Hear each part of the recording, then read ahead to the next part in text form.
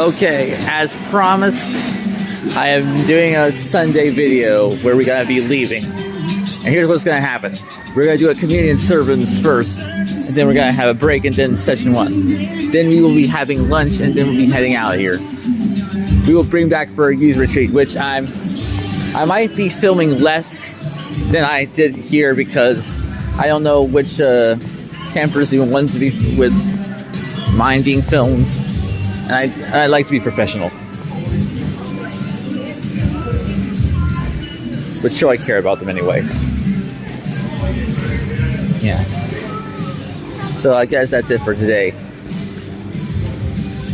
I'm gonna see if I can get someone to close the story, close this video. It's probably gonna be a very short one. So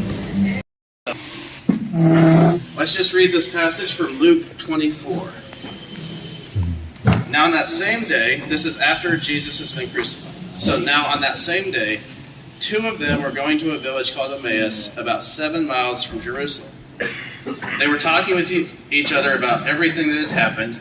As they talked and discussed these things with each other, Jesus himself came up and walked along with them, but they were kept from recognizing him. He asked them, "What are you discussing together as you walk along?" They stood still, their faces downcast. One of them, named Cleopas, asked him, "Are you the only one visiting Jerusalem who does not know the things that have happened there in these days?" "What things?" he asked. "About Jesus of Nazareth," they replied.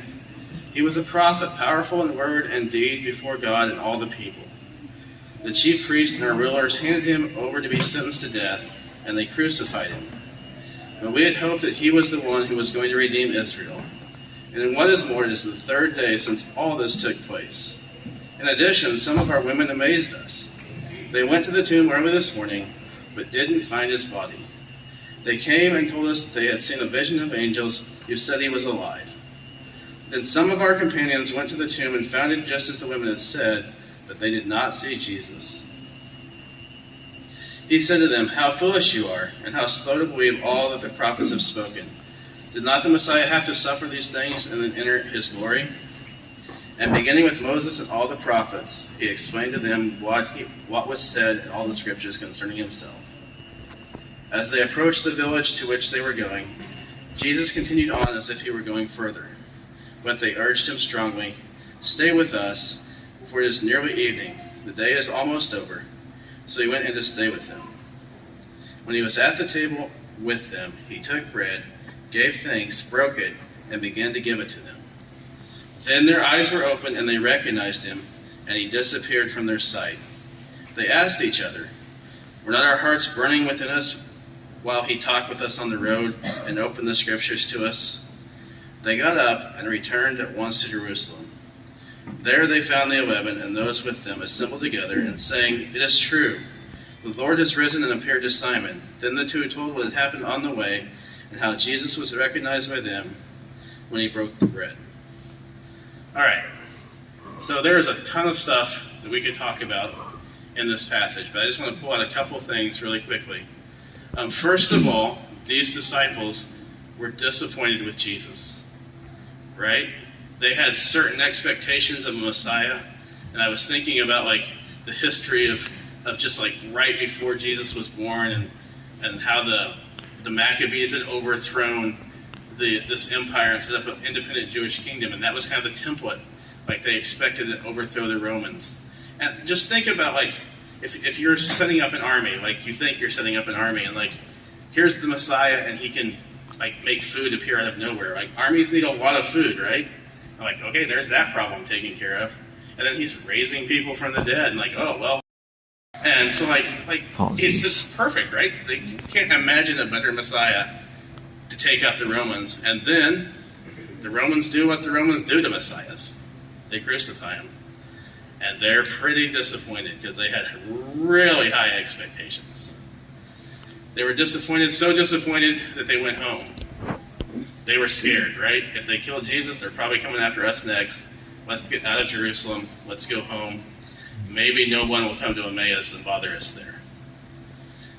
Second thing, in the middle of all of their disappointment with Jesus, Jesus was with them. Mm-hmm. He's walking right along with them on the road. They don't recognize him. And like the Bible is a really funny book sometimes. And this is one of those cases where like, don't you know about what happened to Jesus? And like Jesus is like, no, like tell me about it. Like what happened to me? So like he's just playing along with it. But they, in the middle of their disappointment, that's the main thing. And then finally, at the right time, they recognize Jesus. I want you to take out the painting, the piece of paper with the painting on it. If you have that in front of you, just look at it. Let's talk about it for just a second. This is called The Supper at Emmaus. It's by Caravaggio. It's a pretty famous painting. It's in the National Gallery in London, so if you're ever over in London, you can go see this. But here's a crazy thing. It's life-size. Like, the figures in this painting, like, would be normal human size, so it's a gigantic painting. Just look at a couple things within the painting, though. Do you notice how, like, Jesus' right hand is extended, and then the disciple on the right side as you're looking to it, his left hand is extended, and it's forming like this open V, like pointing right at Jesus.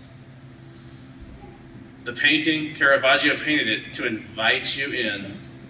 It's the moment that they see Jesus, and he's saying, you can see Jesus as well. Notice that at the front, there's a plate that looks like it's about to fall off the table. And as you look at that, your desire is to like step forward and like make sure that it doesn't fall. Mm-hmm. Like it's almost as if you are sitting right there at this other place in the painting. Here's what I know about a group like this. All of us probably at some time or another have experienced some disappointment with Jesus. He didn't do what we thought he would do. Maybe some of us are there right now. But I promise you, in all of that, he's right there with you. Some of us haven't really seen Jesus for quite some time. And the invitation today is when we break this bread, drink this wine. That's actually juice, but you know what I'm saying. That maybe, just maybe, this is a place where you can see Jesus. I want to give you about 10 minutes here to look at this painting. You can write a prayer. You can just talk to Jesus. If you need to go out and disperse to different parts of the room, you're welcome to do that. I'm going to give you about 10 minutes. We're going to be sitting here mostly in silence. If you need to talk to somebody, that's fine. At the end of that 10 minutes, I'm going to come back and I'll just start reading the crucifixion story. When that happens, that's your sign to come back. And then we'll have about 10 minutes to file through and on your own take the bread and wine. Is there any questions about that? All right, go ahead and take your 10 minutes of silence. If you want to be close, if you want to go back in other parts of the room, that's fine.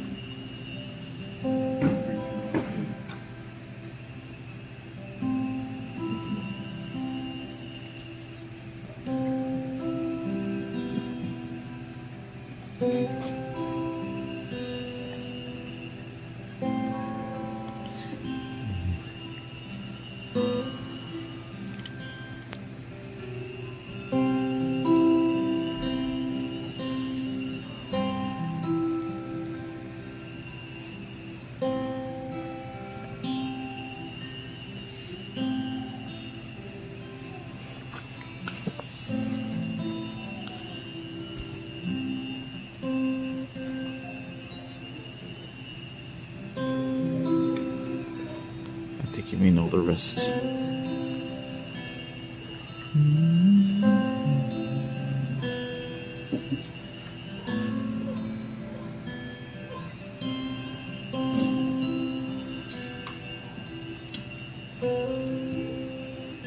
Even in my weakness, the Savior called my name.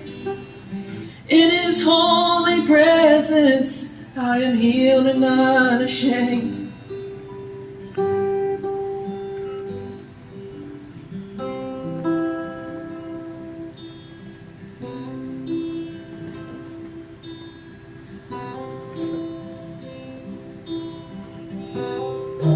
I was was carried to the table, seated where I don't belong, carried to the table, swept away by his love.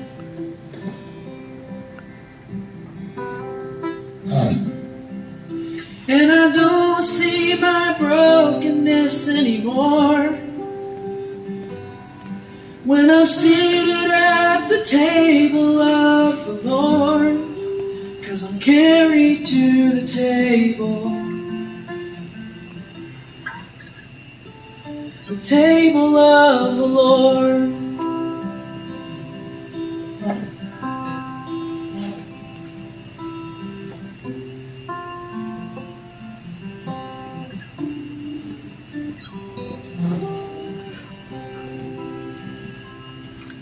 This song feels new. I guess it is. It's not for you.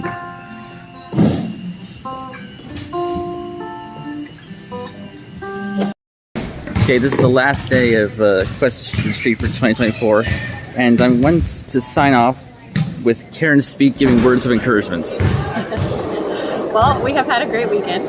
God's really been here with us, and I think one of the things to remember as we go home is when we're walking with God, it's not our power that takes us where we need to go, but it's His. And so we can trust Him to have the power we need for whatever it is we're facing.